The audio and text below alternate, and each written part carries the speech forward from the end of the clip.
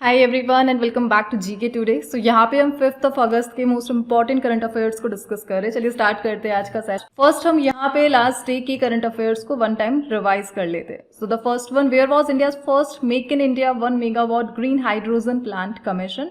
सो recently इस 1 megawatt green hydrogen plant को कहाँ पर कमीशन किया गया? मेड इन इंडिया है ये, and that is option number A, Kandla port. इसे कौन रेगुलेट करती है? दीनदयाल पोर्ट अथॉरिटी, जो गुजरात में लोकेटेड है। The next is Klyuchevskoy volcano that was recently seen in news is located in which country? So Russia में यह लोकेटेड है, एंड रशिया के कमचटका पेनिनसुला में, एंड रिसेंटली 8.8 मैग्नीट्यूड अर्थक्वेक के कारण यह न्यूज में रहा था। The next is Darjeeling hydro power project. यह किस कंट्री का पार्ट है? भूटान का यह पार्ट है, एंड इंडिया एंड भूटान के कोलैब के साथ इसे बनाया जा रहा है। इंडिया से कौन देख रहा है इसे? टाटा पावर इसे मैनेज कर रहा है। The next is Kavach 4.0 is an automatic train protection system introduced by which organisation? So ministry of railway के तहत इसे इंट्रोड्यूस करा है ऑप्शन नंबर बी ने, that is RDSO, research design and standard organisation. The next is which institution has launched the Saksham Niveshak campaign? And इसे recently IEPFA ने launch करा है, मिनिस्ट्री ऑफ कॉर्पोरेट अफेयर के तहत इसे लॉन्च किया गया था। सक्षम निवेशक इन्वेस्टर्स को अपना प्रॉफिट क्लेम करने के लिए इसे लॉन्च किया गया। द नेक्स्ट इज टाइफून को में रिसेंटली हिट विच कंट्री? सो चाइना को हिट किया था इसने, एंड बेसिकली जो कमचटका पेनिनसुला जहाँ पर वो अर्थक्वेक आया था उससे यह रिलेटेड है। The next is Ladakh has declared which day as a सफाई आंदोलन day for the Indus river? So Indus river के लिए सफाई आंदोलन डे इसे डिक्लेयर करा है लद्दाख ने, and that day is 12 August.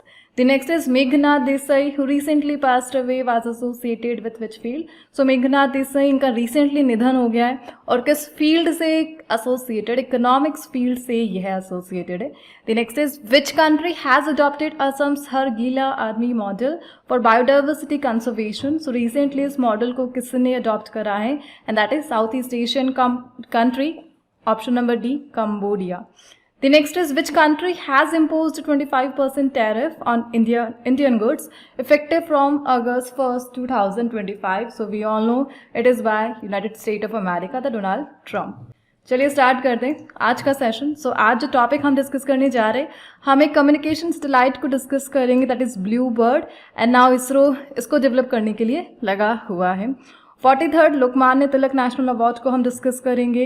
Recently Telangana government की तरफ से एक मेजर ऑपरेशन यहाँ पे न्यूज़ में रहा, जो कि नेशन वाइड ऑपरेशन है, उसे हम डिस्कस करेंगे। ऑरिशनिक ये टर्म अभी न्यूज़ में चल रही है, हाइपरसोनिक बैलिस्टिक मिसाइल है, किस कंट्री ने इसे डेवलप करा है, काफ़ी बड़ा रोल है इस बैलिस्टिक मिसाइल का, उसके बारे में हम डिस्कशन करेंगे। अपना घर इनिशिएटिव किस मिनिस्ट्री ने लॉन्च करा है। स्पोर्ट्स न्यूज़ में हम डिस्कस करेंगे एशिया रग्बी अंडर 20। रिसेंटली इसका जो मस्कट है उसे रिवील किया गया था, दैट्स वाई न्यूज़ में रहा था, देखेंगे इसको भी हम। एंड रिसेंटली उत्तर प्रदेश में एक न्यू अपॉइंटमेंट हुई है, एंड रिसेंटली एक स्टेट ने ट्रेडिशनल हेरिटेज जो स्पोर्ट्स है उन पर जो बैन लगा हुआ था उसे हटा दिया है, एंड उसको हम डिस्कस करेंगे। And IUCN status of red panda, इसे हम देखेंगे बिकॉज इंडिया में इन्हें री इंट्रोड्यूस किया गया है recently. And the last one, Meghalaya pine Apple festival को हम डिस्कस करेंगे, जिसे रिसेंटली न्यू दिल्ली में होस्ट किया गया था। चलिए स्टार्ट करते हैं। And the first one, Bluebird communication satellite is developed by which country? So Bluebird communication satellite को किस कंट्री ने डेवलप करा है? So basically जो कंट्री है that is United state, US ने इसे डेवलप करा है। एग्जैक्टली यूएस में भी एक कम्युनिकेशन कंपनी है, and that is AST space mobile. So इसको ध्यान रख लेना, इसने डेवलप करा है blue bird communication satellite. So now ISRO NISAR satellite को लॉन्च करने के बाद US बेस्ड AST के साथ कोलैब करके ब्लू बर्ड कम्युनिकेशन सैटेलाइट को बनाने में लगा हुआ है। बेसिकली एक सैटेलाइट है, लेकिन इसकी स्पेशलिटी क्या है? बेसिकली जो मोबाइल है उसके नेटवर्किंग के लिए डायरेक्टली स्पेस से मोबाइल को कनेक्ट किया जाएगा, यानी यहाँ पर जो कम्युनिकेशन नेटवर्क है जो मोबाइल का ग्राउंड टावर के साथ होता है उसके लिए एक टावर लगाना पड़ता है, बट नाउ मोबाइल को डायरेक्टली स्पेस बेस्ड जितने भी सैटेलाइट है जस्ट लाइक ब्लू बर्ड उससे कनेक्ट किया जाएगा, सो दैट स्पेस बेस्ड जो नेटवर्किंग है स्मार्टफोन में यहाँ पर लाई जा सके बिना किसी ग्राउंड टावर के। एंड दैट्स वाई यहाँ पर ब्लू बर्ड कम्युनिकेशन सैटेलाइट को इंट्रोड्यूस किया गया।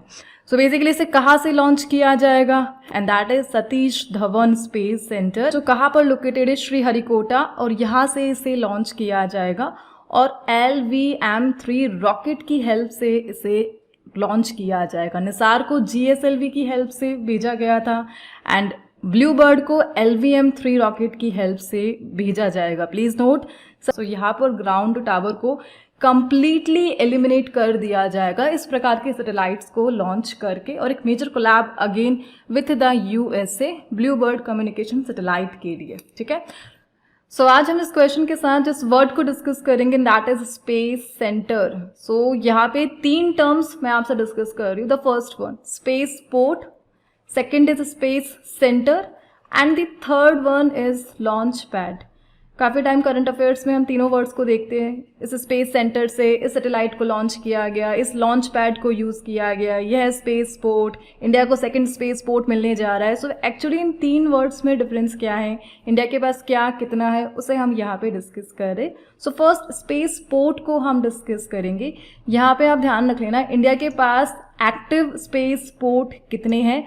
सो हमारे पास एक्टिव स्पेस पोर्ट ओनली 1 है and that is Satish Dhawan space centre. कहाँ पर लोकेटेड है, आंध्र प्रदेश के एक आइलैंड श्रीहरिकोटा में यह लोकेटेड है। एंड क्या हमारे पास कोई सेकंड स्पेस पोर्ट है? सो प्लीज नोट, अभी तक नहीं है, लेकिन उसका कंस्ट्रक्शन स्टार्ट हो चुका है। काफ़ी टाइम से हमने डिस्कस करा था, तमिलनाडु के थूथुकुडी डिस्ट्रिक्ट कुलसेकपट्टिनम, यहाँ पे इसरो डेवलप कर रहा है इंडिया का second space port and that is SSLV launch complex, और यह सेकंड स्पेस पोर्ट होगा हमारा। ठीक है, सो स्पेस पोर्ट को हमने यहाँ पे क्लियर कर लिया है। एक्टिव कौन सा है, सतीश धवन। 1 कौन सा रहा है, SSLV launch complex. Now second word को हम डिस्कस करें and that is space centre. So basically India के पास यहाँ पर बहुत सारे स्पेस सेंटर है, लेकिन केवल 2 मेजर स्पेस सेंटर को हम करंट अफेयर्स में डिस्कस करते हैं। स्पेस सेंटर, सो एक ऐसा स्पेस सेंटर जो स्पेस पोर्ट भी है and that is Satish Dhawan space centre, Sriharikota Andhra Pradesh में ही यह लोकेटेड है। एंड इंडिया की जितनी भी सैटेलाइट्स रॉकेट उन्हें लॉन्च किया जाता है उसके लिए सतीश धवन स्पेस सेंटर को यूज़ किया जाता है, ओनली फंक्शनल, और यहाँ से स्पेस में ऑब्जेक्ट्स को भेजा जाता है, इसे नोट कर लेना। ठीक है, सेकंड जो स्पेस सेंटर है जो हम करंट अफेयर्स में देखते हैं that is Vikram Sarabhai space centre. Please note, यह केवल रिसर्च एंड डेवलपमेंट के लिए है। जितनी भी सैटेलाइट्स है रॉकेट है उनका यहाँ पे टेस्ट किया जाता है, लेकिन ऑब्जेक्ट्स को स्पेस में नहीं भेजा जाता। यहाँ से स्पेस में भेजने के लिए जो स्पेस सेंटर है हमारे पास that is only Satish Dhawan. ठीक है, and now third launch pad को हम यहाँ पे डिस्कस कर रहे हैं। सो इंडिया के पास 45 स्पेस सेंटर है, जिसमें से 2 मेजर एक्टिव है and that is Satish Dhawan and Vikram. And launch pad, so India के पास ओनली एक ही स्पेस सेंटर है जिसके पास लॉन्च पैड है and that is also Satish Dhawan space centre, Sriharikota Andhra Pradesh में यह लोकेटेड है। इसके पास एक्टिव लॉन्च पैड कितने हैं, यानी लॉन्च पैड जहाँ से रॉकेट को लॉन्च किया जाता है। एंड अभी सतीश धवन के पास 2 लॉन्च पैड है, the first and the second, and तीसरा अभी यहाँ पर बन रहा है। सो हमने डिस्कस करा था लास्ट कि सतीश धवन स्पेस सेंटर में तीसरा लॉन्च पैड को बनाने के लिए यूनियन कैबिनेट ने अप्रूवल दे दिया है। So only space centre with launch pad and that is Satish Dhawan. यहाँ पर फर्स्ट लॉन्च पैड है जिसको PSLV एंड SSLV यानी स्मॉल सैटेलाइट्स को लॉन्च करने के लिए यूज किया जाता है, जबकि सेकेंड लॉन्च पैड को जो मिडिल सैटेलाइट्स है जस्ट लाइक GSLV और PSLV के लिए ये बैकअप है। And now third launch pad क्यों बन रहा है यहाँ पर, बिकॉज हमारे पास यहाँ पर नेक्स्ट जनरेशन सैटेलाइट्स आ चुकी है एंड उनके लिए थर्ड लॉन्च पैड को बनाया जा रहा है। होप आपको तीनों वर्ड क्लियर हो चुके हैं। स्पेस पोर्ट एक्टिव ओनली 1 है, दूसरा बन रहा है कहाँ पर, तमिलनाडु के कुलसेकपट्टिनम में। एंड सेकंड स्पेस सेंटर 45 है हमारे पास, लेकिन 2 मेजर एक्टिव है और जिसमें से एक ही के पास क्या है, लॉन्च पैड। 2 एक्टिव है और तीसरा बन रहा है। ठीक है, चलिए आगे बढ़ते हैं। यहाँ पे हम कुछ करंट अफेयर्स को रिवाइज करेंगे जो रिलेटेड है इसरो से and they are. So ISRO recently conducted the second shot hot test of the semi-cryogenic engine for which launch vehicle. So recently second short hot test यहाँ पर कंडक्ट कराया इसरो ने semi-cryogenic engine के लिए और किस vehicle के लिए, that is LVM-3 launch vehicle mark 3 के लिए। LVM-3 को अभी हमने डिस्कस करा था बिकॉज LVM-3 रॉकेट को यहाँ पे यूज किया जाएगा ब्लूबर्ड कम्युनिकेशन सैटेलाइट को लॉन्च करने के लिए, ठीक है। The next is ISRO has inaugurated the Shri S. Ramakrishnan Center of Excellence in Fluid and Thermal Science Research Center at which institute, और इसे recently IIT मद्रास में inaugurate किया गया था। What is the name of ISRO's mission that successfully demonstrated in space docking and undocking? So ये हमारा first mission था जहाँ पर space में हमने successfully docking भी किया, undocking भी किया था, and that is SpaceX. What is the name of the aerospace quality semiconductor chip jointly developed by IIT Madras and ISRO? And that chip is IRIS. The ISRO has developed FEAST. So FEAST software को ISRO ने किस institute में बनाया? And that is IIT Hyderabad. Which space center is home to ISRO's new third launch pad? So recently हमने discuss करा ISRO का तीसरा जो लॉन्च पैड है जिसे सतीश धवन स्पेस सेंटर में बनाया जा रहा है, जिसके पास ऑलरेडी 2 लॉन्च पैड है, और that is answer is Satish Dhawan space centre Sriharikota. Overall ISRO के ये सारे इनिशिएटिव गवर्नमेंट ऑफ इंडिया के एक मेजर मिशन के साथ अलाइन करते हैं, दैट इज कि हमें भारतीय अंतरिक्ष स्टेशन को भेजना है। 2035 उसकी डेडलाइन अभी आ चुकी है, प्लस 2040 तक हम हमारा भेजेंगे crew lunar, and that's why ये सारी प्लानिंग उसी के साथ अलाइन करती है। NVS-0 सैटेलाइट इसे किसने डेवलप करा है एंड इसका प्राइमरी पर्पस क्या है? इसरो ने इसे डेवलप करा है और इंडिया का नेविगेशन सिस्टम को इम्प्रूव करना यही इसका प्राइमरी पर्पस है। इसका नाम क्या है? नेविक। सो बेसिकली नेविक ये 7 सैटेलाइट का ग्रुप है, 8 है बेसिकली लेकिन 7 एक्टिव है, सप्तर्षि के नाम से भी इसे जाना जाता है। चलिए आगे बढ़ते, द नेक्स्ट वन। एक मेजर अवार्ड को हम यहाँ पे डिस्कस कर रहे हैं and that is 43rd Lokmanya Tilak national award, and recently इस अवार्ड से किसे नवाजा गया एंड दैट पर्सनालिटी इज जो हमारे road cabinet minister and that is Nitin Gadkari. So union minister Nitin Gadkari ने recently 43rd Lokmanya Tilak national award को रिसीव करा।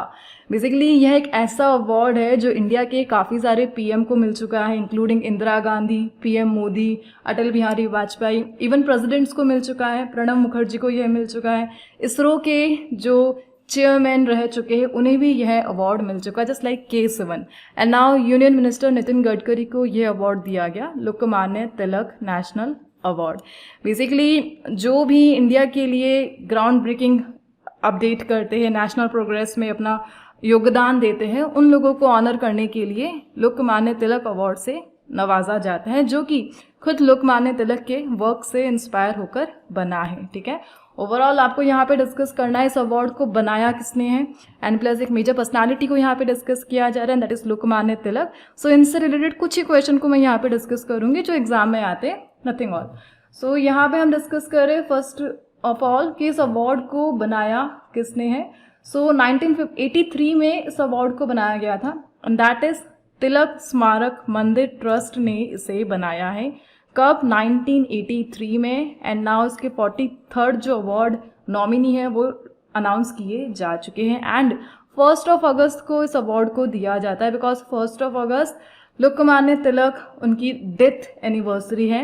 बाल गंगाधर तिलक जिन्हें कहा जाता है लोकमान्य तिलक, ये उपनाम है उनका। ओवरऑल लोकमान्य तिलक से एसोसिएटेड कुछ टर्म्स को हम यहाँ पे डिस्कस कर लेते हैं। सो बेसिकली ब्रिटिश ने इन्हें एक उपनाम दिया था, that is father of Indian unrest. So father of Indian unrest ये किन्हें कहा जाता है? लोकमान्य तिलक को ब्रिटिश गवर्नमेंट ने इन्हें यह नाम दिया था। ओवरऑल 2 मेजर न्यूज़पेपर है जो इन्होंने चलाए थे, केसरी मराठी में एंड मराठा इंग्लिश में, इसे ध्यान रख लेना। And the most important thing, home rule league इसे किसने स्टार्ट करा था? बाल गंगाधर तिलक ने इसे स्टार्ट करा था और श्री लोकमान्य तिलक आप बोल सकते हैं 1916 में। और self government Swaraj in India उसके लिए इसे बनाया गया था। ओवरऑल तिलक अवार्ड यह लास्ट 2024 में सुधा मूर्ति को दिया गया था। नरेंद्र मोदी को 2023 में यह मिला था। और जो फर्स्ट रिसिपिएंट है इस अवार्ड के that is Shridhar Mahadev Joshi. Overall इस अवार्ड से जो फर्स्ट रिसिपिएंट है एंड लास्ट वाले आप ध्यान रख लेना। आगे बढ़ते हैं, यहाँ पे अवार्ड को हम डिस्कस कर रहे हैं, सो उसी से रिलेटेड लास्ट करंट अफेयर्स को हम यहाँ पे डिस्कस करेंगे। So which state or UT government has announced a hike in cash awards for Olympic medalists under the मुख्यमंत्री खेल प्रोत्साहन योजना। सो रिसेंटली हमने डिस्कस करा था, दिल्ली की जो सीएम है रेखा गुप्ता, उनके द्वारा 2 मेजर स्कीम्स यहाँ पर आई थी। उनमें से वन था कि ओलंपिक प्राइज बढ़ा दी गई है, दिल्ली से ये एसोसिएटेड है। Which mobile application won the World Summit on the Information Society Prizes 2025 Champion Award for Rural Digital Governance, and that mobile is मेरी पंचायत। इसमें 2 मिनिस्ट्रीज का रोल है, ministry of Panchayati Raj and ministry of information and broadcasting. Which organisation has been awarded the national geospatial practitioner award 2025, और ये जो award है INCOIS को दिया गया, Indian national centre for ocean information services. The next question, and that is who was the recipient of the Kalinga Ratna Award 2024 presented by the President of India। और recently इस award को किसे दिया गया था? धर्मेंद्र प्रधान को, जो कि यूनियन एजुकेशन मिनिस्टर है। And who won the Polygrass magic skill award 24-25 in the women's hockey category? Deepika को यह दिया गया था। स्वच्छ सर्वेक्षण 24-25 अवार्ड किस मिनिस्ट्री को दिया गया? Ministry of housing and urban affair को यह दिया गया था। इसके कैबिनेट मिनिस्टर कौन है? मनोहर लाल खट्टर है। And which Indian won the 2025 UN Population Award for promoting gender equality? और रिसेंटली यह वर्षा देशपांडे को दिया गया था जेंडर इक्वालिटी के फील्ड में काम करने के लिए। आगे बढ़ते दी नेक्स्ट वन। सो यहाँ पर एक मेजर ऑपरेशन को हम डिस्कस कर रहे। वैसे तो नेशन वाइड ऑपरेशन है, लेकिन इसे रिसेंटली एक राज्य ने कंडक्ट कराया, and that is what is the name of the nation wide initiative under which the Telangana government rescued over 7600 children recently, and that operation is option number D, Operation Muskaan। और इसका यह 11th addition रहा, यानी 11th time यह चल रहा है। Already 10 बार इसे चलाया जा चुका है। सो रिसेंटली इस ऑपरेशन के तहत तेलंगाना पुलिस ने सम 7600 जो बच्चे हैं इन्हें रेस्क्यू किया। मेजर ऑब्जेक्टिव क्या है इस ऑपरेशन का? जितने भी बच्चे फंसे हुए उन्हें रेस्क्यू करना, उनके रिहैबिलिटेशन पर काम करना और फिर से उन्हें लाइफ की तरफ भेजना, यही इसका मेन ऑब्जेक्टिव है। एंड रिसेंटली 31 जुलाई को ये ऑपरेशन एंड हुआ, जिसमें से 7600 बच्चों को यहाँ पे रेस्क्यू किया गया, जिनमें से सम 529 गर्ल्स थी। ठीक है, ओवरऑल तेलंगाना की विमेन सेफ्टी विंग ने इस ऑपरेशन को लीड किया था India based different departments and NGO की हेल्प से। ओवरऑल हमारा जो की पॉइंट है यहाँ पर ऑपरेशन मुस्कान, इसे ऑपरेशन स्माइल के नाम से भी जाना जाता है, just Hindi English translation it is. So इसे सबसे पहली बार 2014 में लॉन्च किया गया था। उत्तर प्रदेश ने इसे लॉन्च करा था। उत्तर प्रदेश का भी गाजियाबाद पुलिस डिपार्टमेंट ने इसे लॉन्च करा था, और उसके बाद सेंटर इससे इंस्पायर होकर नेशन वाइड यहाँ पर ऑपरेशन मुस्कान को लॉन्च करता है। ठीक है, चलिए आगे बढ़ते हैं। यहाँ पर ऑपरेशन वर्ड को हम डिस्कस कर रहे, उसी से रिलेटेड कुछ करंट अफेयर्स को हम देखेंगे जो लास्ट हमने डिस्कस करे थे। सो ऑपरेशन जीवन ज्योत 2, इसे रिसेंटली किसी स्टेट गवर्नमेंट ने चलाया, and that is bye Punjab. So DRI के यहाँ पर 2 मेजर ऑपरेशन रहे थे। फर्स्ट है चाइनीज फायर क्रैकर्स को सीज करने के लिए, जब्त करने के लिए, and that is operation fire trail. And second था ऑपरेशन मैनिफेस्ट, जो पाकिस्तान के इलीगल इंपोर्ट को रोकता है। अमरनाथ यात्रा से रिलेटेड कौन सा मेजर ऑपरेशन था? ऑपरेशन शिवा। ऑपरेशन कालेनेमी, यह उत्तराखंड से एसोसिएटेड है। एनसीबी के यहाँ पर 2 मेजर ऑपरेशन अभी रहे थे, जितने भी ड्रग ट्रेड है इलिसिट उसे रोकने के लिए। And first is operation mad max. So operation mad max तो जो फार्मास्यूटिकल ड्रग है उसके ट्रेडिंग के लिए था, एंड दूसरा था ऑपरेशन मैलिन, एंड उसका मेन क्या था कि डार्क नेट के थ्रू जो ड्रग रैकेट चलाया जा रहा है उसे एक्सपोज यहाँ पे किया गया था। एंड NIPCCD इसका न्यू नेम अभी रखा गया, that is Savitribai Phule national institute of women and child development. चलिए आगे बढ़ते the next one.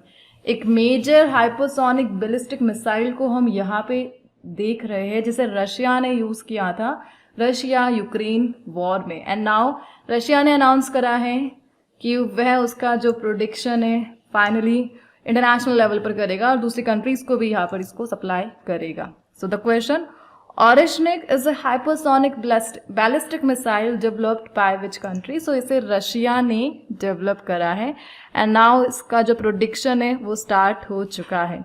The most important thing, यह जो हाइपरसोनिक मिसाइल है इसकी जो रेंज है मैक 10 है, यानी साउंड की स्पीड से 10 टाइम फास्ट है यह है। एंड बेसिकली इसका जो कंस्ट्रक्शन है, मैन्युफैक्चरिंग है, वो बेलारूस में की जा रही है। बेलारूस बेसिकली रशिया का एक डिफेंस बेस यह बन चुका है जहाँ पर रशिया अपनी आर्मी को भी डिप्लॉय कर रहा है, अपने मेजर जो न्यूक्लियर बेसेस है वो भी बना रहा है, प्लस बेलारूस को एक पाथ की तरह यूज़ किया जा रहा है रशिया के थ्रू सो दैट यूक्रेन को टारगेट किया जा सके। ओवरऑल ऑरिशनिक ये जो वर्ड है हिजल ट्री जिसे हम कहते हैं उसी वर्ड से यह बना है एंड इसे फर्स्ट टाइम कब यूज़ किया गया था 21 नवंबर 2024 में, जब यूक्रेन की जो कैपिटल है एंड दैट इज़ कीव उस पर अटैक किया गया था बाय द रशिया। उसमें इस बैलिस्टिक मिसाइल को यूज़ किया गया था एंड दैट इज़ ऑरिशनिक। ठीक है, दैट्स ऑल। ओवरऑल यहाँ पर एक अदर क्वेश्चन हम डिस्कस कर सकते हैं बिकॉज बेलारूस को यहाँ पे यूज़ किया जा रहा है। बेलारूस बेसिकली यहाँ जो मेजर लीड रोल है and that is Alexander Lukashenko. अगर बेलारूस को डिस्कस करोगे सो उनके प्रेसिडेंट अलेक्जेंडर लुकाशेंको को हम यहाँ पे डिस्कस करेंगे। 1994 से यह बेलारूस के प्रेसिडेंट बने हुए हैं, अभी भी यह 2025 में बेलारूस के प्रेसिडेंट है। And the most important thing, Belarus को यहाँ पर इकोनॉमिक एड चाहिए, फाइनेंशियल एड चाहिए और उसके लिए रशिया का सपोर्ट इन्हें चाहिए। एंड रशिया बेलारूस को यूज़ कर रहा है as a part to target Ukraine because Ukraine पर अटैक करने के लिए रशिया बेलारूस का जो रूट है उसे यूज़ करता है। ओवरऑल 2014 में रशिया ने क्रीमिया को अनेक्स किया था। नाउ यूक्रेन की प्लानिंग चल रही है बट उसके लिए बेलारूस को यहाँ पे यूज़ किया जा रहा है। नाउ बेलारूस एंड रशिया की रिलेशन यहाँ तक पहुँच चुकी है कि रशिया के जो डिफेंस बेसिस है, डिफेंस मैन्युफैक्चरिंग यूनिट है, बेलारूस में ओपन की जा रही है। Just like example, Oreshnik ballistic missile का जो प्रोडक्शन है वो बेलारूस से किया जाएगा।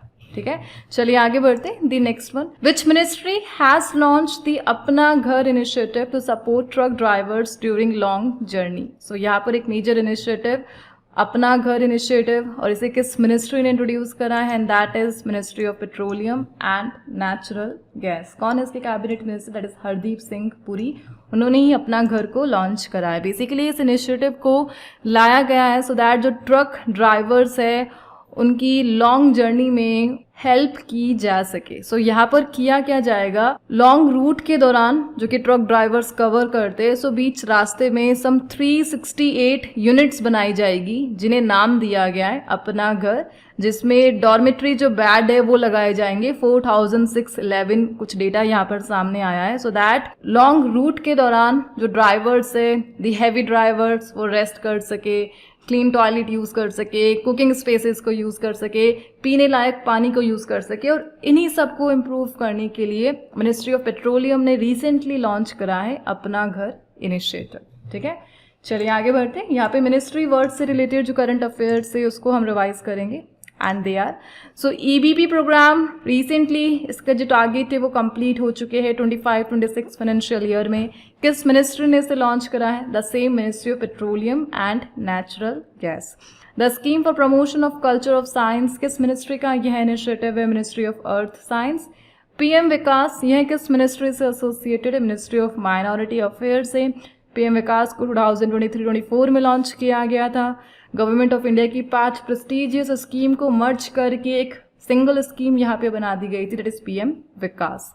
इंडिया स्किल एक्सेलरेटर एक जॉइंट इनिशिएटिव है ministry of skill development and entrepreneurship और एक दूसरी ऑर्गेनाइजेशन के साथ इसे लॉन्च किया गया था। And second organisation is World Economic Forum. The ministry of women and child development has introduced the Palna scheme under which mission, and that is Mission Shakti. What is the name of the AI-powered chatbot launched by the Ministry of Skill Development and Entrepreneurship? And that AI-powered chatbot is Skill India Assistant SIA. Which ministry is the nodal authority for the Maulana Azad national fellowship scheme? And basically minority community के लिए इसे लाया गया था, and that is by the ministry of minority affair. आगे बढ़ते हैं, the next one. यहाँ पे स्पोर्ट्स न्यूज हम डिस्कस करें, and that is which Indian state is the host of Asia rugby under 20 championship 2025. So Asia rugby under 20 को कौन host करेगा? 9th और 10th ऑफ अगस्त को यह चैंपियनशिप होगी, and that state is Bihar. So Bihar and उनका जो famous sports complex that is Rajgir, यहाँ पर फीचर किया जाएगा एशिया रग्बी अंडर 20 चैंपियनशिप को. एंड रिसेंटली बिहार के most time CM that is Nitish Kumar, उन्होंने इसका जो मस्कट है उसे अनवील करा, एंड दैट्स वाई यह न्यूज़ में रहा. मस्कट क्या है? And that is the Ashoka the rabbit. यह मस्कट बना है द रग्बी चैंपियनशिप का, जिसे होस्ट करेगा Bihar. And basically men's and women team दोनों को यहाँ पर फीचर किया जाएगा. आगे बढ़ते कुछ स्पोर्ट्स करंट अफेयर्स से रिलेटेड क्वेश्चंस को हम यहाँ पर रिवाइज कर लेते. And they are, which country is the host of 2034 FIFA World Cup? और इसे होस्ट करता नजर आएगा Saudi Arabia. 2025 Pune FIDE women's grand prix किसने जीता इसे? कोनेरू हम्पी ने, इंडियन है. Which Indian player has secured a bronze medal in eFootball at the 2024 Asian esports games in Bangkok? And that Indian player is Pavan Kampili. And Riddhiman Saha, who recently announced his retirement, is associated with which sport? So यह associated cricket से. Nicholas Moran, who recently announced his retirement, यह किससे associated है? Cricket से यह associated है. Who defeated world chess champion Magnus Carlsen in classical game? And that is D Gukesh. Norway chess 2025 tournament में, ध्यान रख लेना काफ़ी इंपॉर्टेंट है यह टूर्नामेंट, बिकॉज यहाँ पर डी गुकेश ने मैग्नस कार्लसन को डिफीट करा था. मैग्नस कार्लसन नॉर्वे के यह प्लेयर है. Which state is the host of 7th edition of Khelo India Youth Game? And that is also Bihar. आगे बढ़ते, the next one. The next is who has been appointed as the new Chief Secretary of Uttar Pradesh in August 2025. So recently UP के new Chief Secretary यहाँ पर बने हैं. जो पुराने वाले थे वो रिटायर हो चुके हैं यहाँ पर. And that personality is option number D, Shashi Prakash Goyal.